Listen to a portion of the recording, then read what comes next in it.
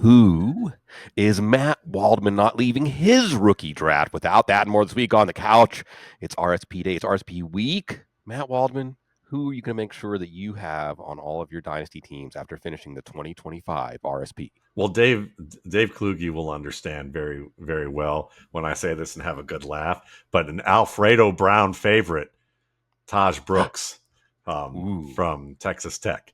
I've liked Taje Brooks since last year. My nickname for him is Lemonade because he basically turns plays that look like a bunch of lemons into lemonade on a regular basis.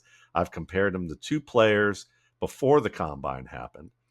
A combination of Frank Gore and Le'Veon Bell, because he's much quicker than he is fast. He's powerful. He has excellent change of direction skills and vision to be able to create. And he's a very good zone runner, inside zone and outside, and a very strong receiver. And then he had the combine, and his times were very much comparable at the three cone and the short shuttle with Le'Veon Bell and Frank Gore. Now, he bristled at the Le'Veon Bell comparisons because he's thinking about late career Le'Veon Bell and off the field Le'Veon Bell, and didn't like that and said, I'm more like my biggest influence was Joshua Jacobs. And I said, well, that's good because that's a modern day Frank Gore. Yeah. So, but yes, he's a promising blocker, very good receiver at Texas Tech. If we're going to do any engaging of logo scouting that's legitimate, you have to be able to catch the ball reasonably well to be a running back in that air raid offense. And he was just one of those guys that really could create. Mitigating losses is a very important part of running back play, especially at the pro level. And so when he can turn a potential 7-yard loss into a 2-yard loss or a 5-yard loss into a 15-yard gain, you're an NFL running back who manages the situations very well. And the fact that he ran a 4.5 240 was quite encouraging, because I would have thought he was more of a 4.6 4.65 guy, at first, but then seeing what he did, whether he doctored the system and lost 15 pounds to doctor the system. But Le'Veon Bell was slow too. He was like well over four. He was a slow back. Frank Gore were slow backs, and Le'Veon Bell was like 230 when he came to the league and slimmed down and played at a high level. And I think Brooks is that kind of back who can be who can be a bell cow if you need him to be, and might end up being able to surprise at some point. He's probably not going to get drafted, have a great draft capital, might be 6th or 7th round, may even get undrafted, but he's a guy that I'll be taking a shot in the mid to late rounds depending on his draft capital. And I like that you picked him because he is a player that, and I know that you're doing the thing where you're coming out of the bunker now and you've done your process and you have your outcome and you have your work product that you're sharing with everybody, but you don't really know what other people think. Maybe you have a hint, but Taj Brooks is the kind of player you can say, I'm going to take him in the second round of every rookie draft, and you can feel reasonably confident he's going to be there unless there's something shocking. But I like the way that you present him, Lemonade. That's awesome because I always think of when I'm watching these players' college tape, I think of it in terms of problem solving. I know we've had this conversation many times over the years, and it one of the things that irks me about numerical models is they tend to treat every play as important as every other play in terms of predictive outcomes. Yeah. But really, I want to see. We talked about this before. I want to see the player's worst game, or I want to see when he's faced the most problems, because that is going to increase on Sundays. And the other thing that I know that is part of Taj Brooks, and I just want you to talk about this because you're much more rigorous than I am, but this has been one of my pet peeves. As you know, we break down skills, we break down traits. I've always quoting you. I quote you. If I'm on a show and I don't mention the name Matt Waldman in the first 15 minutes, then something's off. But I always refer to the it factor, integrated technique. But I think part of integrated technique, and one of the players you mentioned, Frank Gore, you mentioned Josh Jacobs, Brooks certainly falls in this paradigm. I like to call it competitive toughness.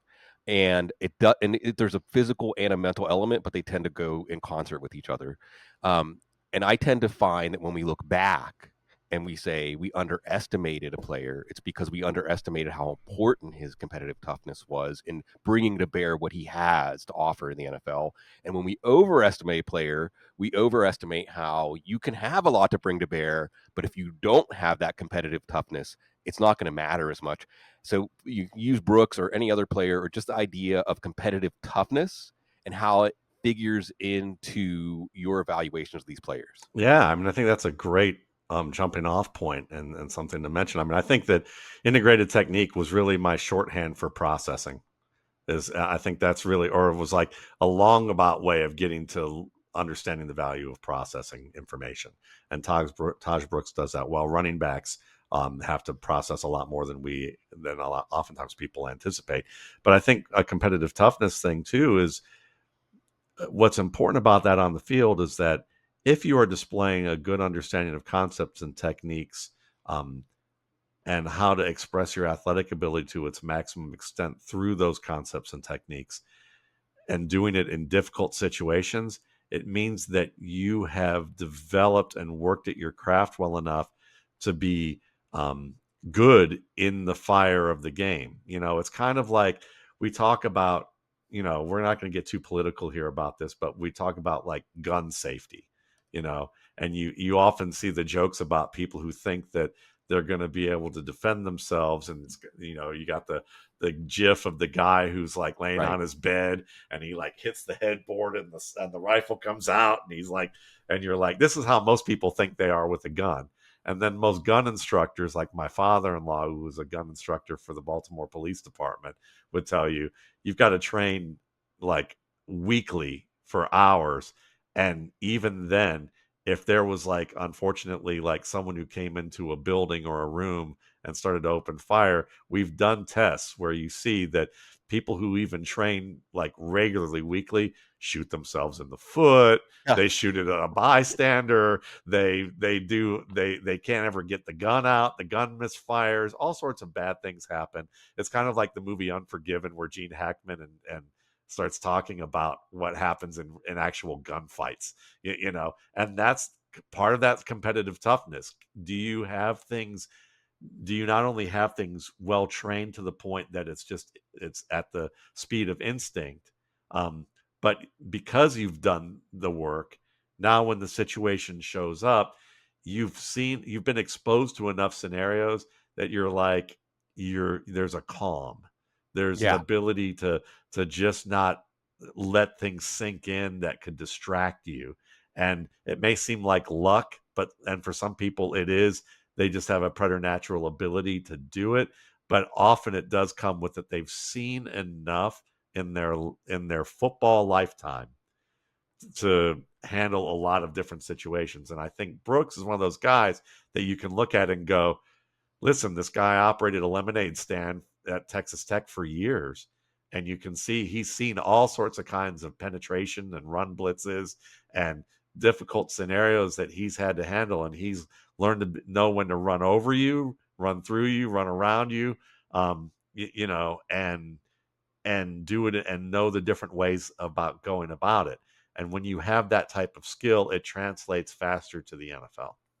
Yeah, the idea being, and we can all think about our lives like this, that no matter how much natural talent or skills you've acquired, if your processing in the moment is skewed by emotion, is skewed by pressure, whether it's the pressure of the stage or struggle. What do you do when you're struggling?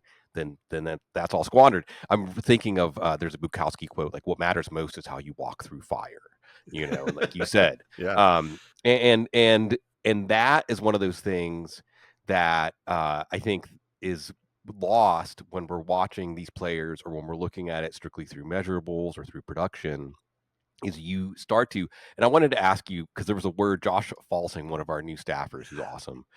He used the word forensic. I loved that. I love that he used the word forensic, and you think of the crime scene investigator and you're pouring over every single detail and cataloging every detail very rigorously, but at the same time, like a crime scene investigator, like a detective, you're trying to come up with a big yes or no outcome.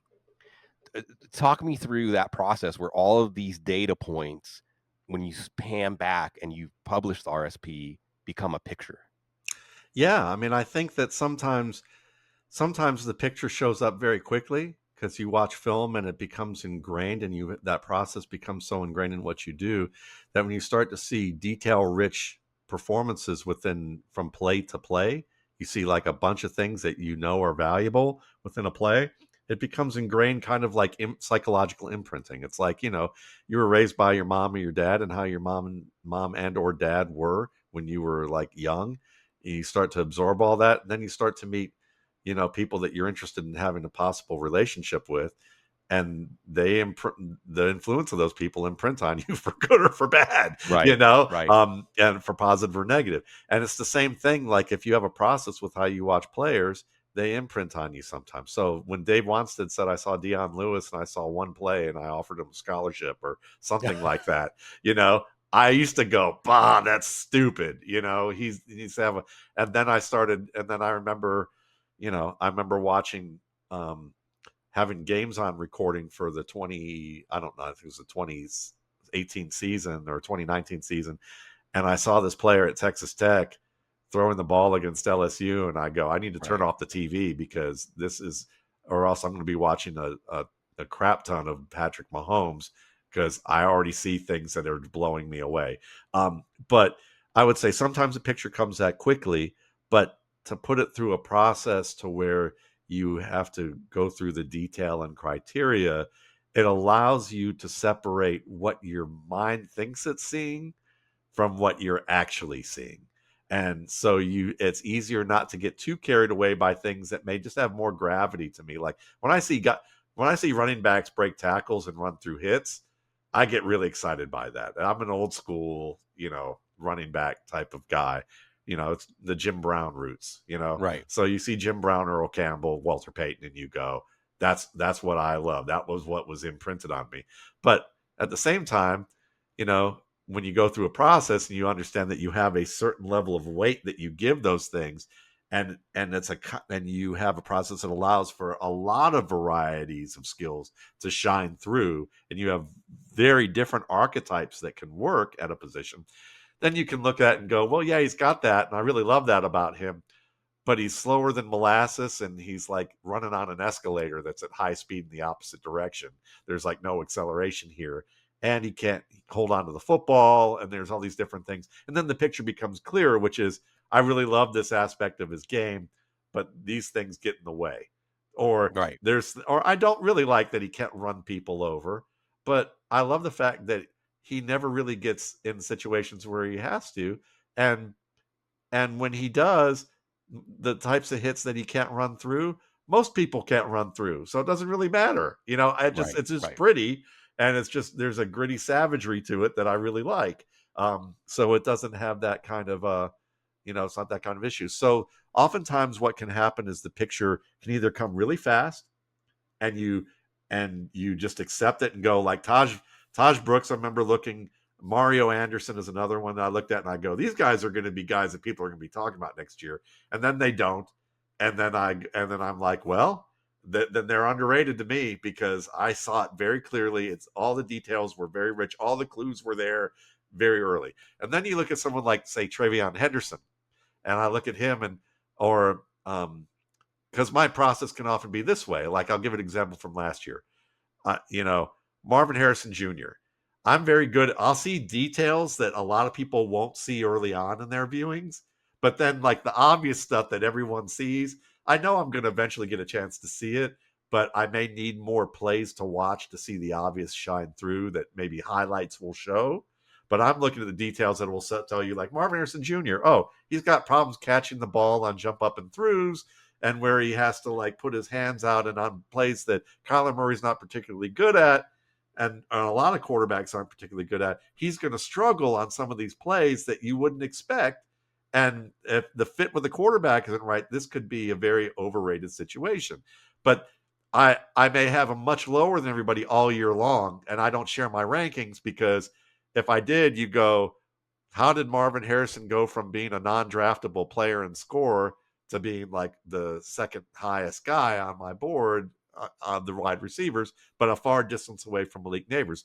Well, I watched Malik Neighbors, and it was so skill rich on every Right. route that I was like, he was always the top guy. Whereas with Marvin, like, then when I got to the end of my process, it was like the things that anybody watches in a bar room or just on highlights, and you go, oh yeah, he's fast enough, he's big enough, he can do these types of things, he makes these plays that most of the guys can do, but he's got that niggling thing that I saw early in the summer that worried me about him.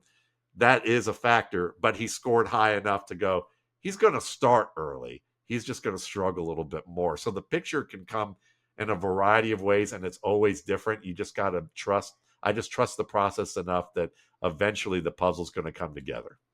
Yeah, and I like this makes me think about the post draft RSP. All this preparation, and you can look at a player like Neighbors and say, well, he's going to be malleable. What he has is malleable. To put him with Drew Lock, I don't care.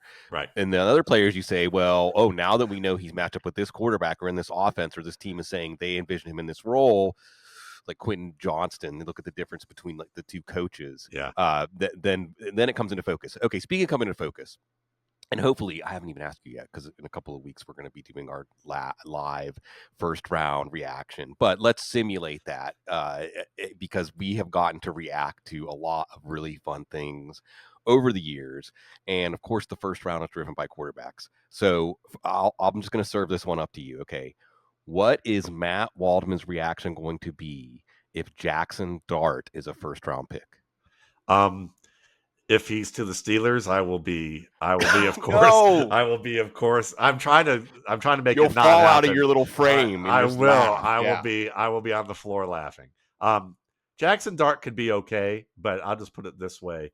He's definitely getting pumped up on boards because I think that the media and the NFL have certain biases, and I think that they feel like when you have three quarterbacks who should be at the top of the board that are there was going to be a reaction that they feel like that needs to be more malleable. It's kind of like putting Daniel Jones in there to compete with Anthony Richardson in Indianapolis. That is an Indianapolis thing. Okay. It's an Indiana thing.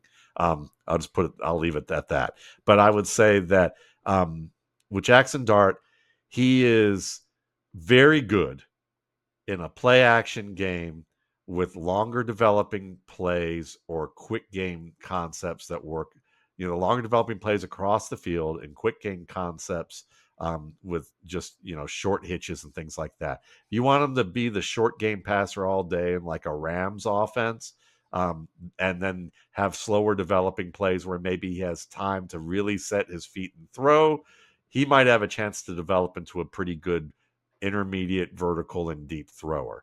But after 25 yards from what I've charted him, he's just bad. It's like you want to have it with a lot of these based on next gen stats. The average quarterback in the like vertical ranges of like 28 yards and higher, you need to be somewhere based on whatever area of the field it is. It ranges between about 45% to 50% pinpoint accuracy.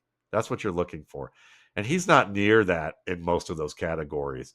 Like you'd have to combine his like catchable accuracy. And in some cases, you couldn't even combine it with anything to get there. It's like, and I remember I had somebody on X just say, well, here's some plays against Penn State that look good. And I go, well, that one's not pinpoint. And when I say pinpoint, I'm pretty broad on what pinpoint is based on the route design and where the defenders are. Sometimes you have to adjust to a pinpoint pass. So it's got to be like the receivers really having to make an adjustment that isn't anticipated for the play for that not to qualify. And the fact that he didn't qualify, I said, you're going to have to show me at least 25 more passes for him to even get to 50% based on what I've charted thus far. So Jackson Dart has a chance, but he's got some work to do, and it's not first round caliber. It's classic NFL first round caliber, pumping up a player that maybe doesn't deserve to be there. Yeah, I saw him as a mechanical processor, which is good if you have Sean McVay in your ear. Yeah. But like you said, it's only good up to a certain point. And of course, the Steelers, I always go back to Jarvis Jones and Bud Dupree, right? Like they take Jarvis Jones in the first round, just like you're talking about. Like, well, he may have all this, he's tough as nails, a glass eater, and all that good stuff.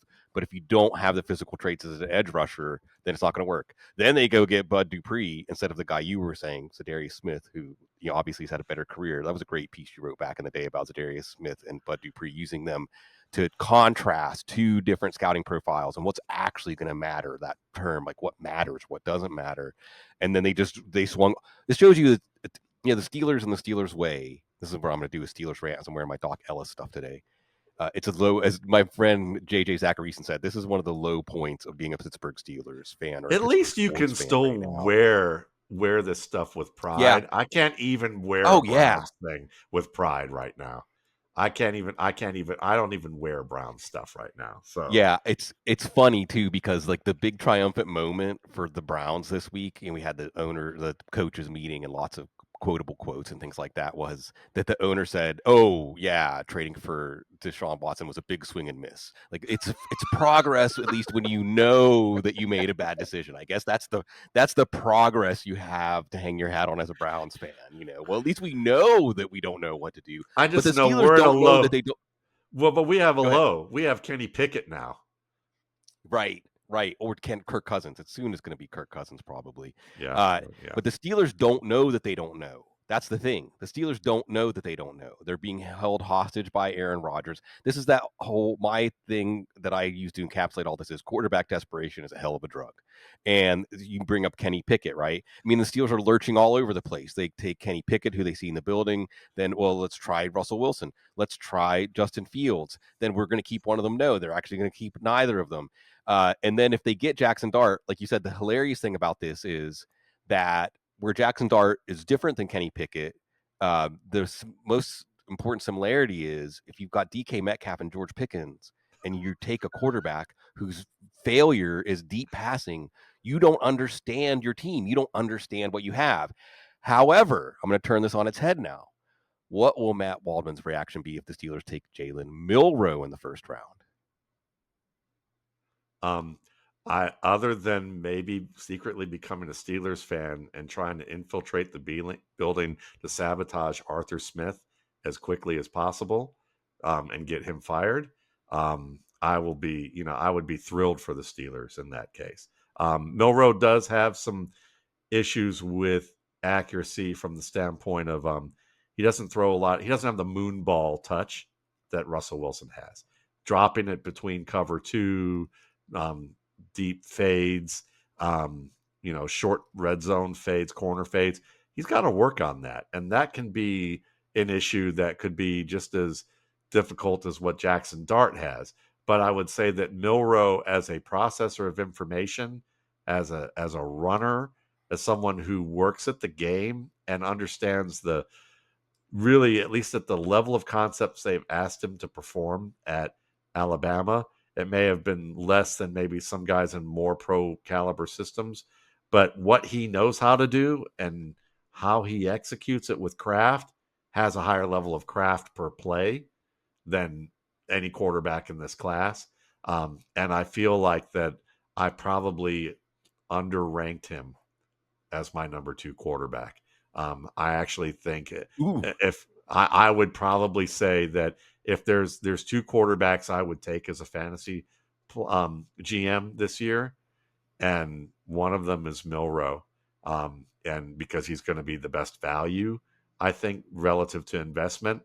And the other one is Curtis Rourke, who's probably not going to play this year and may not even get drafted.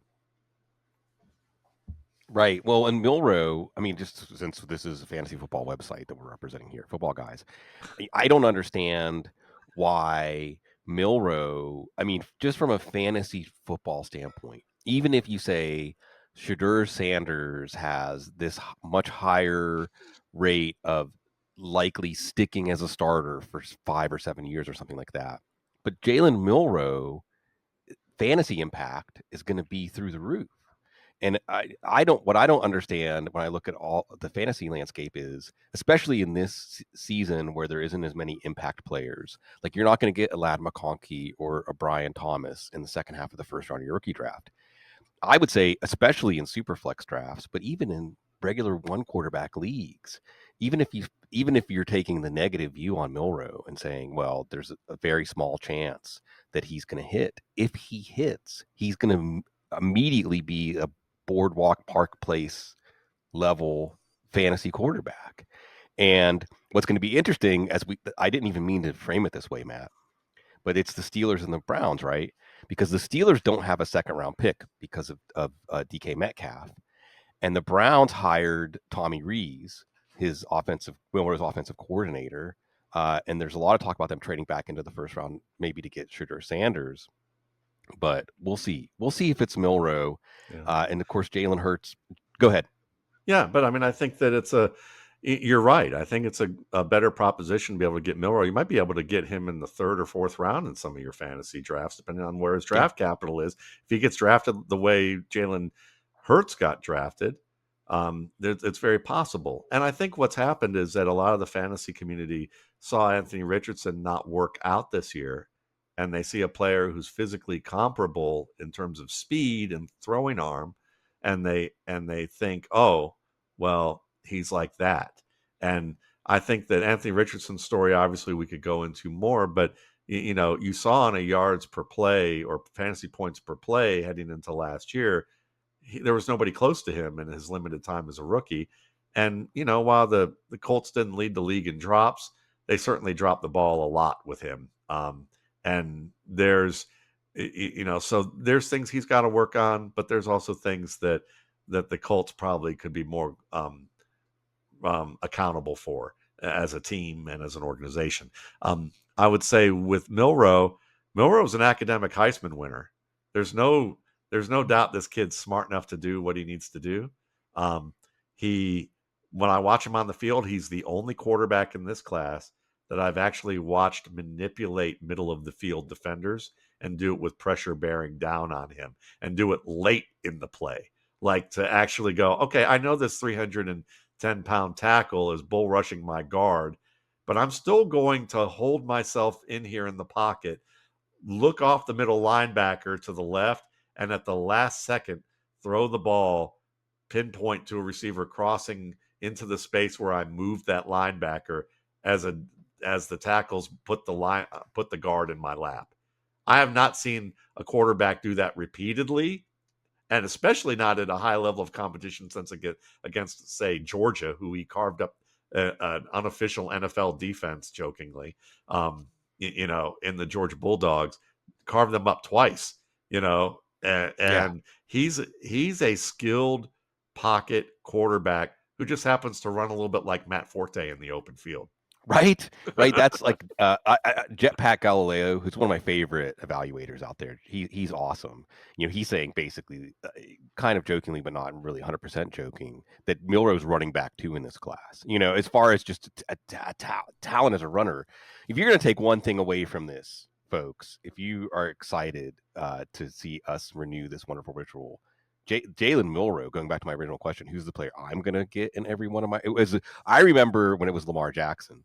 Yep. And now who the Steelers and the Browns both did not get.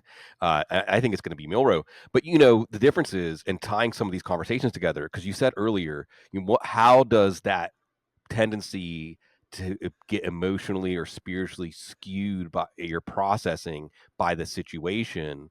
How does that get ironed out? It's reps.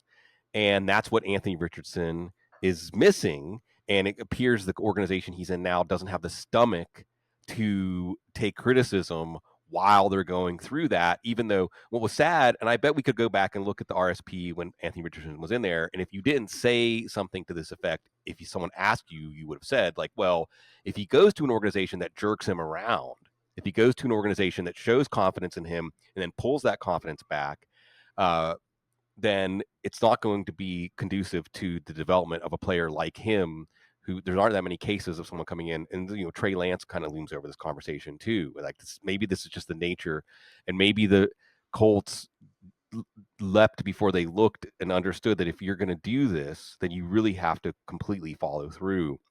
But with Jaylen Milroe and Jalen Hurts, because Jalen Hurts was replaced by Tua Tagovailoa in the championship game, right? Jaylen Milroe was told by Bill O'Brien, "You shouldn't be a quarterback." So they've already, because the Yeah. hope that the Colts have right now They is already they're have bringing it they already have the mental toughness to handle this game. They already right. display that. And I think that that's a big deal. Whereas with Trey Lance was a star for all of a year and then went to an organization that Kyle Shanahan coaches, kind of like Anakin Skywalker, and Emperor Palpatine is up in the clubhouse box Right. telling Mike Silver of Sports Illustrated or NFL.com at the time back in the spring going, yeah, but there's this kid named Brock Purdy that I really like. You don't Right. think Emperor Palpatine up there isn't the shadow coach? Mike Shanahan isn't the shadow coach of Kyle? Right. Yeah, okay. Let's, there's that. And then meanwhile, you also look at who was the other player that we were talking. Oh, Jalen Hurts. I mean, looking at that scenario, yeah, the toughness of what he had, certainly what he had from a mental toughness standpoint is very important. So, I mean, I think that with Milroe, you're right. I mean, I was tempted to say Milroe myself and say he's the one player, but I'd say that I'm waiting to see draft capital, Sure. and that's the big deal there. And I think that with the we'll figure it out as we go. I think he's certainly a high candidate in that regard. Yeah, well, and like these small things, and we talked about this, how sometimes the picture emerges right away, or sometimes you latch on to one or two things that really guide you through, and then sometimes it takes a while for the picture to emerge. With Milroe, when I learned that Bill O'Brien, the great Bill O'Brien, told him you shouldn't be a quarterback, I'm reminded of Les Miles telling Jamar Chase, "You're not a wide receiver." You know, I think we all owe Les Miles a debt. We owe him for saying that, and I I don't had know. no idea that Les Miles said that. He should Yeah, just stick to 230-pound running backs who don't have any speed. I think that's what. And didn't Bill O'Brien talk up Christian Hackenberg? right, Yes. right. Okay. At Penn State, yeah, Yeah. Well, I'm sure he thinks Kyle McCord is probably the best processing quarterback in this league. Who I would call, my nickname for him is Hold My Beer, uh because huh, he can't read. He reads leverage worse than Desmond Ritter and Will right, Levis, and then still thinks he can do the Jameis. Let me throw the ball through someone's chest, have it evaporate, and come out the other side into a wide receiver's hands, and knowing that the defender's got the high ground. If we're gonna stick with Star Wars, he's Anakin, and the defensive back is Obi-Wan, and Obi-Wan says, "I've got the high ground," and he's like, "I'm still gonna fight you anyway," and ends up in the right, pool of lava. That's Kyle McCord. yeah, He's in the pool of lava. yeah. Oh, that's a Syracuse. Oh, I remember. You mentioned Jim Brown, so you get points for that. So we're happy here. I have so many things I wanted to talk about, and because we let things breathe here, but hopefully I want to step through it, like quickly, because maybe We'll sometimes the do the answer is quick. We'll play quick game with yeah, it. yeah. Yeah. Because sometimes the answer is just the answer is no. But I'm just curious because one of the things that's happened watching the college basketball tournament, right? And they have the graphic of where each of the starting five for the Sweet 16 teams started their college collegiate career. So one of the things that's changed in the 20 or so years you've been doing the RSP is how often players transfer, right? In the NIL era. Um, has it even changed? Is there any way that seeing players with different uniforms on more often has changed the RSP? I think what's one of the outgrowths that may be changing the RSP right now is that a lot of these players who change teams are skilled players to a certain level, and proven that they can play in a college football level. It's just that there's somebody better coming along, or maybe they wanted to buy an extra year and improve what they have going on. And I think what's happening is that there's more coaching going on outside the game, where these guys have a certain level of skill, um, where they've got more tools in their toolbox, but they may still, and so on a certain level, they're getting higher baseline scores from me. Like the wide receiver class this year and the past 3 years, there's more and more guys who are scoring at that level of, like, right away at their best, they could probably be a wide receiver 3, wide receiver 4, wide receiver 5 on a depth chart. They'd make a team and then have 2 to 3 things to improve upon that could be the difference between them being a rotational starter in the league and one of the top 2 receivers on their team. Guys that have a shot. Like, a guy in that range might have been Juwan Jennings a few years ago, where you look at him and go, okay, he can grow into becoming a viable contributor who can give you big games when you put him in. But maybe 3 years ago, you couldn't say that about him. There's just flashes of where he is. So where maybe Stephon Diggs would be the higher end version of that, where you see the flashes at Minnesota, you see this guy's good. He's got to improve his game a little bit more overall. And then once he does, he's a superstar um, for a while. And I think that there are a lot of guys in that group, but the problem is that it means that they all look promising, but some of them are never going to develop that craft where they go, yeah, I've got a hammer in my toolbox, but I'm not that old carpenter who can make that hammer look like a screwdriver or a wrench and do things with it I never imagined that a hammer could do expertly. um, you know but this guy, and that's the thing that you're seeing more, is that these guys accumulate more tools, but because they're moving around, they haven't developed the craft to use all those tools at the level they do. And there's some guys that, you could argue that Brandon Marshall was a guy who had maybe 4 tools in his toolbox, but he could maximize those 4 tools, where somebody else comes in like Van Jefferson and he might have 8, but good luck on him knowing how to use 2 of them really well.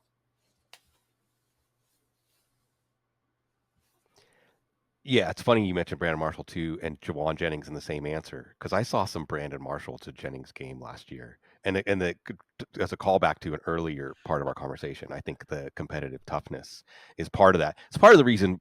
By the way, I'll ask you an unanswerable question. All right, sorry, but I want to know what your thought is, because you address this, but it's tough, right?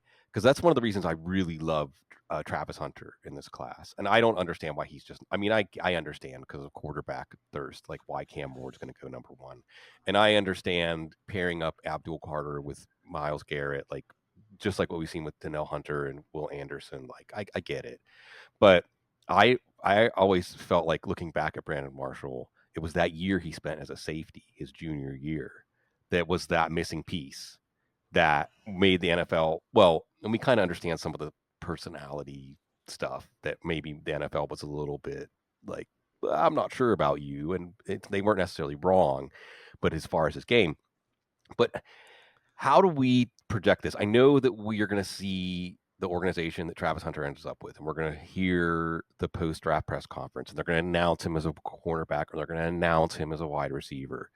But when it comes down to it, all the people that pay us for advice are going to say, well, what do I do with this? Um, how do you do the mental exercise of, okay, a team's going to take him with a plan. They're going to say what they want to do, but how is Travis Hunter's career going to unfold in so much as where it matters to people that are listening to us, how his talent will or will not translate to value in fantasy football? It's a great question, and you're right. It's an unanswerable question right now. The best advice is to watch and wait where his draft capital is and what they say the intent is to do with him, and don't draft him in pre-drafts unless you can get him to fall beyond the first round.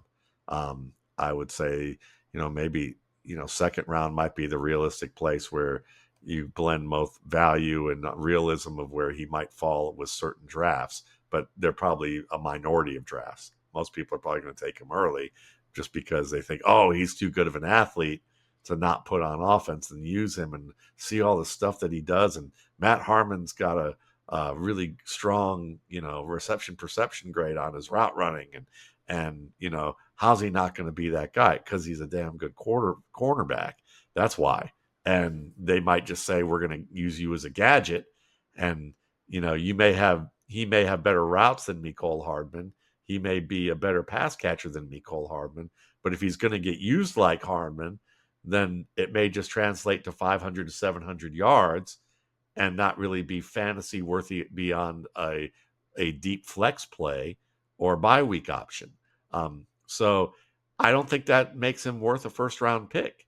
Um, and so I would rather miss on an opportunity for him to hit than draft him that early, especially when there's a number of running backs, a couple of quarterbacks who might be worthwhile, and some wide receivers who are going to see the field. and they're going to be really good wide receiver twos, and maybe give you occasional wide receiver one value based on whatever system they're in. So, for me, he's probably a player you'd want to trade for later than a player you Right. want to invest in now, because yeah, you'll have to pay more later, but you'll have to pay what he's worth. And the downside of him becoming a cornerback, because people said this about Charles Woodson. They said this Sure. about Champ Bailey. You, Right. you know, and I understand people want to believe every 10 years everybody wants to believe that this type of thing could happen, and we romanticize it, and of course we want to see the two-way player, but I doubt very seriously we're going to see it to the extent that he's going to be, you know, he's going to be Malik Neighbors part 2 on offense and be Charles Woodson part 2 on defense. I if It's very difficult historically to bet on that. So if you do, no one here, I will say, putting words in your mouth, is going to recommend you do that as a first round pick. Um, but if you just want to play the game for the thrill of seeing what could happen, hey, if you like gamble, we gamble. Yeah, well, and I'm of course, this is always a great contrast. You're the good, bringing in caution, bringing in reality, bringing in the classic wet blanket to my enthusiasm, to my rainbows and unicorns. Well, but I think you nailed it when you said, don't take him in your rookie draft. Trade for him at some point in his rookie year, or at some point early in his career, because I still think that where you and I may end up coming together on this is that, and this is a really easy, oversimplified way to look at it, but Jamar Chase, et cetera, gets $40+ million a year. I think Derek Stingley, did I say Derek? Yeah, Derek Stingley just reset the cornerback market at $30 million a year, Yeah. right? So when it comes right down to it, that's showing you where the NFL values contributions at these positions. And then you brought in Matt Harmon, and it's just, if Matt Harmon is saying, like, yeah, this guy, if we're just looking at him as a wide receiver, he's a special prospect, then hopefully, and this is why I don't think he's going to go to the Patriots now. I thought at one point maybe the Giants or Browns would take Sanders, but I don't think it's going to happen, because I think Mike Vrabel is the one coach of the coaches where Hunter can end up that would be like open to saying, like, well, we're going to do something that nobody's ever done before. Like, I'm open to this. And if it's the Giants, who knows? I don't think it's going to be the Browns. If it's the I Browns, like the Vrabel pick. That makes total sense. Why Vrabel would be open to that with what he did as a player. right? So that's true. And look, Hunter's my number 2 receiver on my board. So it's not like I don't think he's a really good prospect. Of course I do. I just now he gets pinned to the boundary a little more than you would expect for a wide receiver who plays cornerback. But that's the only thing that I saw with him that really kind of bugged me about his game, and that's something that he can work his way through. Um, so it's possible, but I would say if you're going to be cautious at all, my only caution would be is pre NFL draft leagues. I wouldn't take him in the first round. If you post NFL draft, then watch and reevaluate for opportunities to say, okay, I'm willing to take the gamble. Yeah, and if it's the Giants, the bummer is that they already have Malik Neighbors. So the Browns don't have a Malik Neighbors. The Patriots, I mean, if I'm the this is where I'm thinking through this. Like, if I'm the Patriots, why don't you just trade up to number 2 and get Travis Hunter? Okay, a couple more specifics before we go off the rails here at the end. What do you do with a player like Ollie Gordon? And you can talk about Ollie Gordon specifically, but just the general sense. And this is one of those things where all of your experience really matters. Where you see, year N-1, you see one player, but then in the year before the draft, you see an entirely different player. How did that affect your outcome on Gordon? Well, it's a good question, and I think the real answer for me is that I watched year N-1 player this summer and didn't have a strong grade on him, and then I Oh, watched year N+1 and had the same grade. So I find that sometimes that year to year he was a totally different player thing is a little more narrative than substance.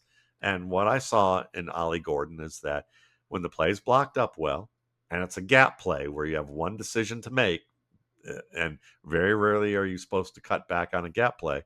He has the size, the strength, and the speed, and to get through the crease cleanly, and then the open field ability to do damage, at the linebacker, safety, cornerback level. And that's where he's really at his best, is in space. Now, if the play goes off the rails early and they throw the lemons at him, he doesn't know how to add the sugar or the water to make the lemonade like Taje Brooks can.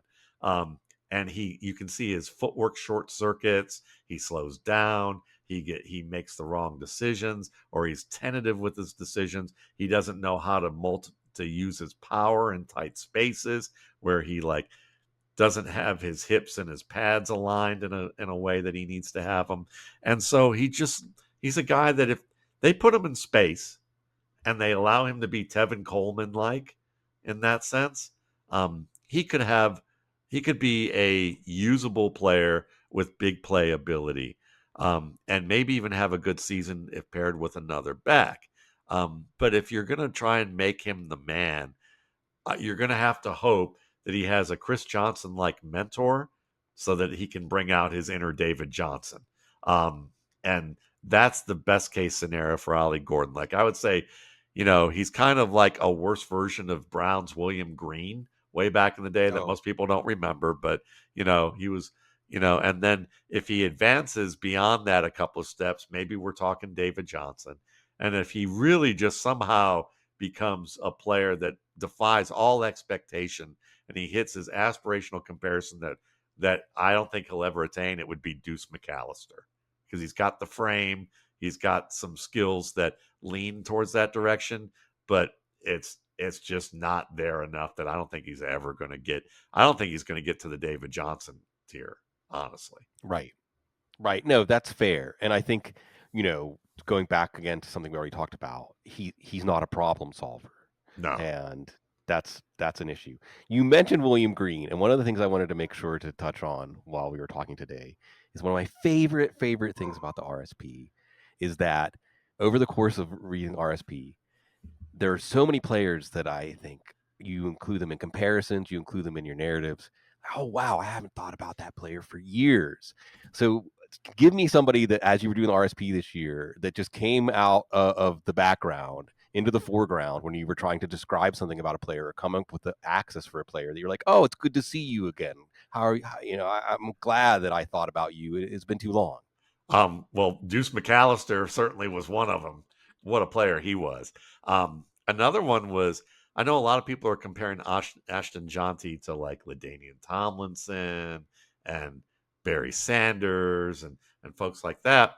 And I keep thinking, well, he's going to wind up on a team that's probably not going to give him the blocking to be those types of guys. Well, LaDainian's averaged 3.9 yards per carry his first year, so it wasn't like he had great blocking either up front. But Ashton Jonty, going early, and when I watched him more and more, I thought Jamal Charles for a little bit, but then I really pinpointed it. And the player that I was like, it's good to see you, was D'Angelo Williams. Ooh, I'm yeah. a big D'Angelo Williams fan. Great contact balance for a guy about the same height and weight as Jonty, um, and had some of that play stamina that Jonty has that made Marshawn Lynch and Walter Payton and Jim Brown really great players. Um, and Jonty has that play stamina that he in the late rounds of the run, he still seems to have more urgency and energy than the people he's fighting at the beginning part of the run. And so D'Angelo was that way. I mean, he was, once he got unshackled from Jonathan Stewart, another great prospect, um, and wound up in Pittsburgh at the end of his career. Think about how long he'd been in the league, and then he just lit it up in Pittsburgh for what, 2 years, I think? And maybe it Hmm. was just a year, but he was so much fun to watch late career, and you go, oh, what could have been with him? And that's a player that was like, good to see you. Yeah, and he was instrumental in the Wildcat too, and just great player, great player. So many other things we could talk about, but make sure to go get your RSP, mattwaldman.com. Again, you're gonna become part of a community. Matt Waldman cares, and we care. And now we go off the rails, and I want to drill down on topic because I don't remember exactly when you adopted the crow or a corvid as your avatar, but I feel like it's fitting in so many ways. And I'm always telling people about crows here because the crows, surprise, surprise, crows are big in the cast of characters in New Orleans. Everywhere you go, you see the crows. There's even in the evening a time when they start to converge. They all start to converge. You see hundreds and hundreds of crows all flying together, all in the same direction. And it just in anticipation of us spending time together, Matt, I looked up some good crow facts that people might not understand how fascinating of a creature of another uh, living thing that we share this plane with, right? People might not know that crows have funerals. They have funerals. When a crow dies, the crows in the vicinity get together and they talk about um, threats. They talk about like what happened. It's a way that they share information about how they can learn. And there's a lot of other interesting behaviors with that. There's intelligent, roughly as a chimpanzee, which I mean, just let that sink in for a second. It's mind They're blowing. incredible. Going back to the funeral, it is. It really is. They bird brains. No, no, no. Uh, they're social. They're social to the point where they have communities of hundreds or even thousands of birds, and they also have families that can extend 5 generations within their family at one time. Where again, they much like people. I mean, maybe they're one of the closest animals as we are social animals. There's a lot of conversation to go off there, and they remember. This is where I think the great Matt Waldman compared. They remember across generations. They've done experiments where somebody will put a mask on and terrorize the crows, and then 10 years later, different crows in that area. If you put that mask on, they'll dive bomb you and show you. So my little crow, this crow corner is over, but why did you pick the crow as your avatar? How do you feel like you have that connection to that very interesting member of our cast of characters here? It's funny how it was totally intuition because I learned all these things about the crow after I had already picked the crow. Um, but that they recognize faces, that they're natural scouts. I mean, like they literally Ah, they literally scout. They're scouting faces and looking at behaviors, and they make tools to problem solve. And they are very natural problem solvers, and figuring out puzzles and figuring out ways to create to just observe behavior and use that behavior to survive. And I thought, well, that's what a scout pretty much does: is they're problem solvers and they're observing behavior. Um, and so I like that. And then there's just the plays on crows, like eating crow. You kind of have to have you're having humility to know that you're going to be wrong sometimes. And so there's a little bit of that with it. There's also, they're misunderstood a bit, because there's the macabre side of what, like the European mythology of crows is very macabre. The Native American is much more like they're a trickster, and they have a little bit of they got a little bit of gleam in their eye, a little bit of humor, but their creativity, they're more about creativity, and it's a much more positive connotation from the Native Americans than it is with like the Europeans.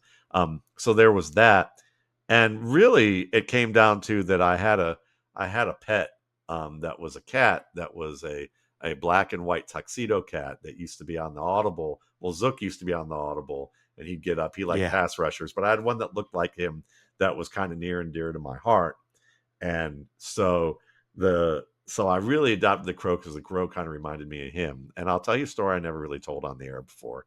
Um, Around 2011, 2012, there were some events that happened that I really made me question whether I wanted to continue doing this. I'd put in about 6 or 7 years worth of work, and and we had the potential for a lockout.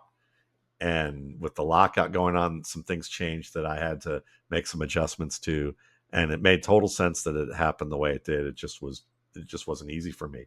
Um, And I started thinking about whether I wanted to continue going along this path because it was taking up a lot of time and effort.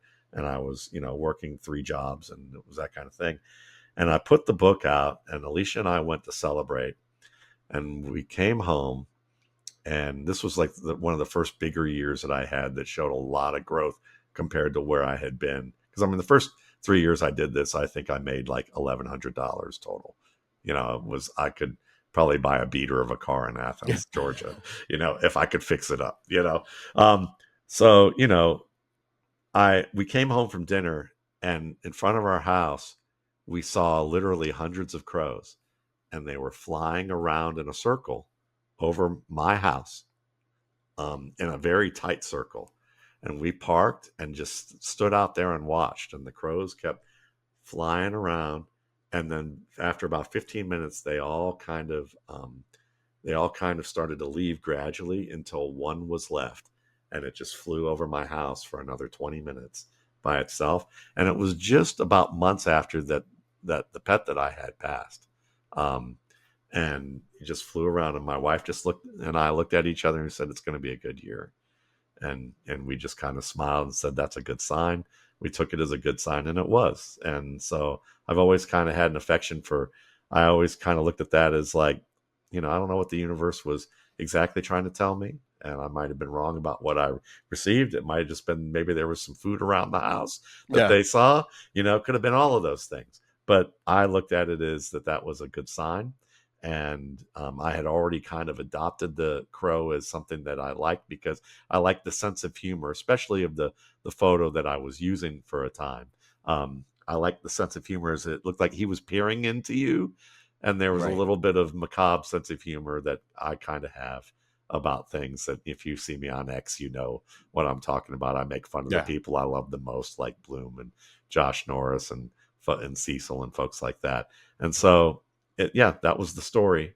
And and so and then as time went on, the crows just became a good joke. I mean, even today I was on Chris Harris's podcast, and I brought up that for the past few years, if I'm going to have a bias that seems to be there, is that I like running backs with the last name of Brooks, whether it's Kennedy, Chris, or Taj. And maybe that's because maybe that's because Brooks took care of the crows. I don't know, at least in Shawshank, Brooks had a pet crow. So maybe that's the connection. I don't know. Beautiful. Yeah. And, spirit animal, we get exposed to these concepts, but as you go through life and you talk about your cats, right? You encounter other living things. We have our box turtles in the backyard that I spend time with. You find respect, and you learn. Yes, you can learn from the animals, and which reminds me of Dead Man, um, tremendous Jim Jarmusch film. Uh, Folks out there, it's not for everybody. It's got a great Neil Young soundtrack too. It's not for everybody. It's a very interesting tale about the American West, but really the American West is more like a frontier of human existence. And the story, during the story, Exabeche, a nobody, who's the Native American who has the Johnny Depp character William Blake, and this is a William Blake quote, says to him, "The eagle never lost so much time as when he submitted to learn of the crow." And there's a lot there. There's a lot there when you think about the symbolism, when you think about where we are right now in our arc and our history as a nation, and also where we are as human beings, and where, like, that story was so perfect, Matt, because with Grateful Dead, right, Robert Hunter, once in a while you get shown the light in the strangest of places if you look at it right. But it's the zen you find on mountaintops is not the zen that's there. It's the zen that you bring with you. It's just that moment unlocks it. And for those of you that love football and love fantasy football and love being analytical and love approaching things in a forensic, rigorous way, there's so many things to learn from Matt Waldman's RSP, and just so many things we learn from you, because we love you. It's a privilege. It's a pleasure always to get to do our laps around the sun, around the calendar, around the NFL season, always, we would never spend it with anyone but y'all because you're so very classy.